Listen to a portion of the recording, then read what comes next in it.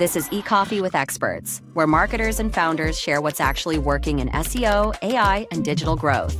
Grab your coffee and fuel your mind as we chat with top minds about their wins, struggles, and lessons you won't find in a blog post. Brought to you by Digital Web Solutions, we bring real talk to help you grow your business, one episode at a time. Let's get started. Hey, hi everyone. Welcome to your show, eCoffee with Experts. This is your host, Ranmay here. And today we have Yvette Adams, who is the founder and partner at the Creative Collective with us. Hey, Yvette, how's it going? Good, thank you. Thanks for having me. Lovely. Yvette, before we move any forward, why don't you talk us through your journey a bit, how it all started? How did you land up in the digital marketing space, and a bit about your agency as well? How do you, what do you guys specialize in, and what are your core service offerings? And we'll take it off from there. Okay, sure. So I started off in the industry in communications. So I worked for the New Zealand government to start with for 3 years. And I did a diploma of journalism. So actually being a journalist and an editor is my background, and copywriting and words are my thing. When I was working for a magazine in London, I helped them launch their first website. The magazine was called TNT Magazine, if anyone spent time over there in the late 90s or early 2000s. It was a really popular magazine for travellers living in London. And from there, I did some HTML, XML courses, Dreamweaver, if anyone remembers that old program as well. And that was, I guess, an interesting journey, seeing your life go from being a journalist and interviewing people in person and using dictaphones to moving into the website of things. So when I had my son in London and moved back to Australia, even though I'm from New Zealand, I first worked for people as a marketing manager. And then when I had my second child, I kind of needed to do something from home around the two kids. So decided to start my own business, which was the Creative Collective, in January 2007. My daughter was literally born that same month. So I don't know what I was thinking, starting the Creative Collective at the same time. But I started it, I always say, out of desire and necessity. I wanted to create income. I wanted to keep working, and I needed to earn money and do it in a flexible way around the kids, which might sound like nothing too exciting these days. But back in 2007, not many people did that. So that was really quite unusual, to the point I made it on TV for doing that. And not the best of times in the sense that you took the plunge, but 2008, the recession happened, right? So, now with 2020, the COVID, not a lot of people, talk about the 2008 recession, people like you and me have gone through it. Yeah. So how did you kind of, what were the challenging aspects, when you start a business around that time, getting new clients in, keeping the lights on? Talk us through those initial days. How challenging was it? If I think about 2008 and 2009, the GFC hit, and I had actually become a finalist in some international business awards, and I was about to go to New York and maybe pick up a trophy. And I'd said to my friend who was living in London at the time, meet me in New York, and he couldn't meet me because the GFC had hit and, everyone's travel plans were getting delayed. In terms of my business, it didn't hit me too much because at the time I was quite reliant on contractors. And it was interesting because I'd had business advisors and coaches say, you shouldn't have contractors. They're not reliable. You can't build a business on a contract network. Again, back then, that was very unusual to do that. Yes. But it was fine for me because if I had work, I gave them work. And if I didn't have work, I didn't give them work. And the people who I did get working for me at the time were really grateful for the work. I had a lot of work from home mums, they'd had babies like me, and they hadn't lost their brain or their, willingness to work. They just needed flexibility and they needed to work online from home around the kids. So that worked for me really well. I'd also started off using a lot of students and interns and giving them an opportunity, and I was happy to invest in them. And so, look, the impact wasn't too big on me because I was still a small team at that time. I think it wasn't until 2010 that I sort of had built to a team of maybe 5 people on the payroll. And it was at that point that we moved house, and we purposely bought a house that could have the business downstairs and home upstairs. And that's how I did it for quite a few years as well, juggling the kids upstairs and, going up and making dinner, coming back down to the team, making sure they're all good. And that was the beginnings of the Creative Collective. So the GFC didn't impact me too much because of my structure and because of the stage of business I was at. I was still pretty startup. Nice. Yeah, I mean, even now you have teams all across, right? So that again helps in terms of, and now with, after COVID, a lot of businesses, have opened up to international hiring. So, and a lot of freelancer and contractor model is really, really going full fledged. So you did it way back, 2008, 9, 10, which is commendable. And what is also commendable is that, you have started 6 businesses over the years, 2 years sold, 1 year acquired, 3 you're still on the run today, right? Including the creative collective, the training collective. So what made you feel it was right time to build a training company alongside the agency rather than, doing just the agency part? Yeah, I think I really enjoy sharing knowledge. I think that's where journalism comes from. It's sharing stories, right? It's finding out about what makes people tick and then sharing it with other people so they understand the story. So in a way, to me, that's training as well. It's learning something new, which I love and I'm very curious, and then helping explain it to others. I say to people, I wasn't great in the classroom. Like I wasn't particularly good at school. I would get kicked out for talking. I would get bored. I've never been diagnosed, but maybe there's some, ADHD or something in there. But I think I just was really generous with my knowledge. If people would prefer to learn at how to do it themselves, then I was fine to give them that knowledge and not deliver the service.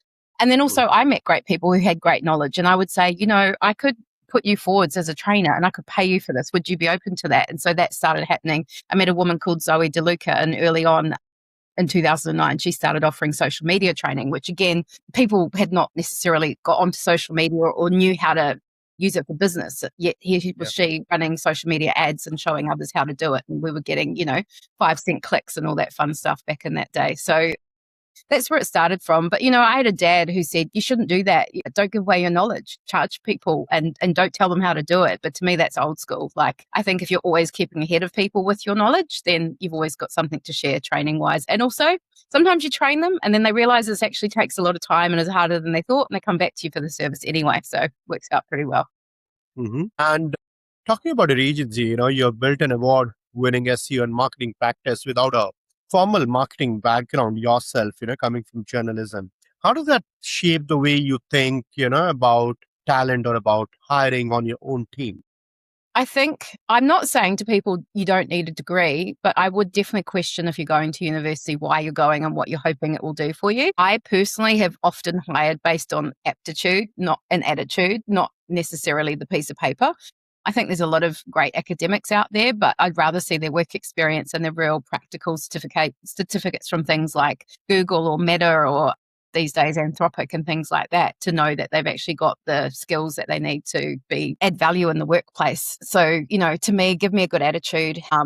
And I actually know I usually find within 5 minutes of meeting someone whether I'd hire them or not. I don't even need to talk to them for very long. Whereas people who, are really academic and kind of talk in theories and aren't action takers, I find they're just not the people and not a good fit for hiring for me. And you have grown into, kind of a single market agency to now, having clients in, of our field as Japan, Korea, Iceland, Australia, New Zealand is your happy ending round. So what was the actual growth lever that took you from one market to that kind of footprint? All different stories behind each one, I think.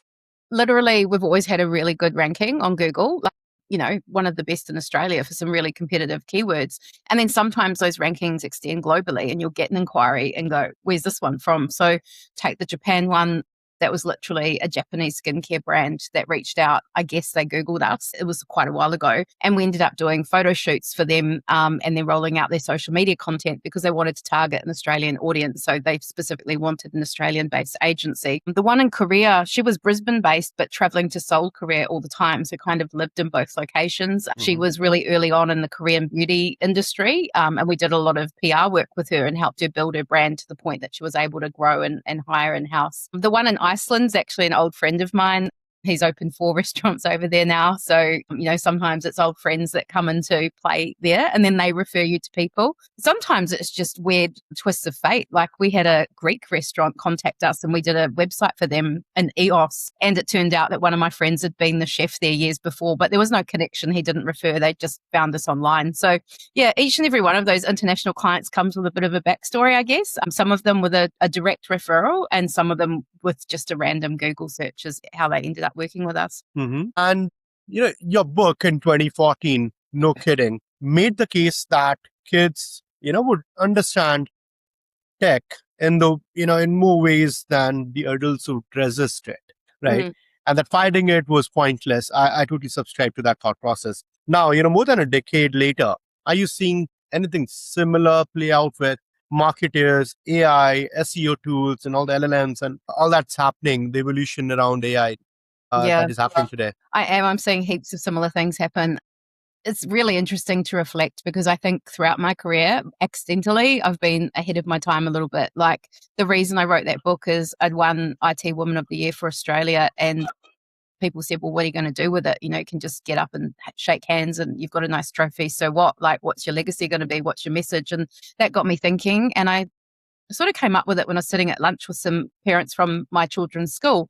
And they were saying things like, I'm not letting my kids go on social media. It's dangerous. It's evil. And I just thought to myself, oh my God, that kid's probably got 3 accounts and probably has no guidance and their parents have no idea they're on it. So that's actually dangerous. I just feel that the moment you say to a kid, don't do something, drugs, alcohol, sex, anything like that, they'll just go do it even more. So I found it very interesting that schools, workplaces in the beginning all banned social media and said it's bad and you can't use it. And yet here was me running an agency looking for people to do social media content, social media training, social media ads. And it's like, how are we going to hire people if we don't have schools or unis actually teaching anyone this stuff? Fast forward to today, obviously we've worked out that it does have some really bad effects on their mental health. But again, my point remains, they need parental guidance on that, just as they do watching scary movies, being in dangerous environments, being around drugs and alcohol and all the other things of society. So I do agree in principle with there being age limits and restrictions on content, absolutely. But I do think kids will find workarounds, and I believe they already are. Mm-hmm. On AI, I'm seeing workplaces and I'm seeing schools ban it and say you cannot use it. And then I'm seeing them loosen up and kind of understand it a bit better and saying, well, actually, this is a new tool of the workplace and we actually have to be more open-minded about it. So, I'm seeing a lot of workplaces say you can only have Copilot, you can only have a really low license and not have much access. And I just think, wow, way to kill your productivity. That's just crazy. So, yeah, it's the same stuff, but it's just several years on and it's just a different emerging technology I think we're seeing. And the knee-jerk reaction is don't use it. It's dangerous, but it's usually lack of understanding and they just need that education to feel more comfortable with it and actually see the benefits of it to do it safely. Hey, we hope you're enjoying the coffee and the conversation so far. This show is powered by Digital Web Solutions. And if you've ever wondered how the biggest brands actually build authority, this is it. DWS has a massive network of over 250,000 publishers, real sites that help you rank on Google, and more importantly, stay visible in AI search. It's the heavy lifting most teams just can't do on their own. As a thank you for listening, they're offering an exclusive free strategy call just for our eCoffee listeners. It's a great way to map out your authority plan for 2026. Just click the link below to book yours and see how they can help scale your brand. All right, now let's get back to the show. Valid points there. Now, moving on to, the AI part of it. With Google's AI overviews, AI mode changing how results are displayed, has your actual SEO playbook for clients shifted in any concrete way over the past year? Just to clarify, did you say, has the SEO playbook changed over the past year because of AI? Is that what you're asking me? Yes. Yeah. Yes. Yeah, it's I mean, in changed. terms of content structure, keyword targeting, how you set expectations with the client overall. Yeah. Yeah, it's definitely changed. Obviously, we're tracking on every single client. We have Google Analytics, but we have on the dashboard what AI, LLM or learning language models such as ChatGPT, Claude, Perplexity are people finding your business on.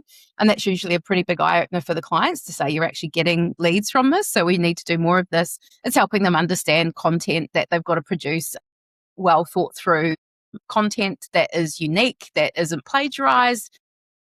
Some clients, just send you something and it's very obviously written by AI. It's got giveaways such as the big M dashes or the words elevate and things like that. So it's teaching them and the team to train the model so that it actually produces unique stuff. What I am seeing is a bit of a resurgence in the need for the development of a good, strong brand guide in terms of having tone of voice and all that sort of stuff, and even key messaging frameworks. Because if you can get them right and then feed them into the LLM models, you can produce quite good content from, and that's obviously helpful for SEO. Seeing a big move towards FAQ schema, making sure that there's not just one FAQ page, but there's FAQs on any service or product page and going into detail on those FAQs and setting it up with the right structure so that Google can pick those up or any other LLM as well. I mean, there's so many factors. It could do a whole session just on that, and it's changing all the time. But yeah, our team we've moved to Rank Math as a tool rather than say Yoast.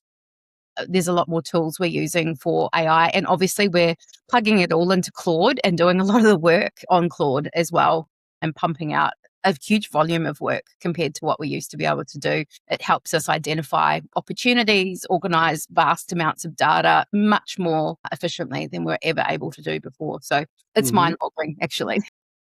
Which is your favorite AI platform these days? I really like Claude. I'm team Claude. I moved over start of this year, probably around the time the Trump administration, sold out to OpenAI. I made the jump like a lot of other people. And of course, they've brought out so many tools since then. So I've been using Cowork since the start of the year and couldn't live without it. And I help a lot of my friends and family around me to learn about it, to deal with all their emails and prioritize their lives. And they love it and can't believe what it can do. It's pretty helpful. Now, there's a growing body of evidence that models increasingly cite platforms like Reddit, LinkedIn, YouTube as trusted sources while answering questions. So how are you advising your clients to, build presence across all these platforms differently than how you would do from just a SEO standpoint? Yeah, I mean, that's where being a full service agency is a really good idea. And you just see it move all the time. Like some people are in-housing socials because they go, oh, well, I can do it with ChatGPT now or whatever. But have they got a strategy? Are they thinking of the SEO implications? Are they putting alt text on images? Are they making the post long enough? They'd be better to do actually fewer posts, but better quality, answering a question, like you say, maybe leading back to a website link. So we have got a social media advisory service for those who want to keep up with those things. I mean, only last week they started rolling out all the AI, recognizing it's an AI image. So that's an interesting thing as well. It's changing so rapidly every week. So it just depends on the week. We try and keep across the news and roll it out onto the clients we're working on actively. But I would say any clients who's managing it in-house should be tied really closely to a good agency who's advising them or some other good source of information to keep up the changes so they actually are getting those benefits rather than just putting content on their socials. They could be getting SEO benefits, as you said. Great. Now, finally, Yvette, you have been in the game for so long, right? And you have the expertise of, doing business internationally, speaking at forums, having a thought leadership, your own, kind of image going out there. So for an agency owner listening to this right now, who has real expertise, but has never really stepped into the spotlight themselves, right? Like books, keynotes, media. What is one thing, you would want to tell them about why that is worth doing based on how it has, panned out for you? Yeah, I think it's a personal choice. Like I wouldn't say you have to do it. So you should do it if you're comfortable. And I think there's workarounds if you're not comfortable. Like, you could do infographic type videos instead of your face. A good workaround is just do a little bit of video and then use your AI avatar to do your videos for you. That's possible now if you're not great on camera. So I think there's a lot of great technology that can help take that scariness away. It also can help with your speeches if you're successful in winning. But if I could pick one thing, I would say business awards have been a really good way to grow my business. And again, whether you get up and speak or you have a spokesperson from your company to do it, the taking stock and taking a moment to reflect on what you've done is a really good process in itself. And it will actually help you work out your weak spots. So if you're filling in a business awards application and you notice in one part we're really strong here, but we're really weak there, gives you something to work on for the next year. And that's just good business development, whether you win or not. And not only that, you go to these awards events and you meet some pretty motivated, pretty cool people. You might end up doing business with them, for them. So there's lots of spin-off benefits like that. So I think of all the strategies, business awards is a really good all-round one. You can, get press releases and things going off the back of those as well. So yeah, have a go at them. Nice. Perfect, Yvette. This has been a great conversation and thank you so much for taking out time to do this with us here. I really appreciate it. No problem. Thank you so much for having me.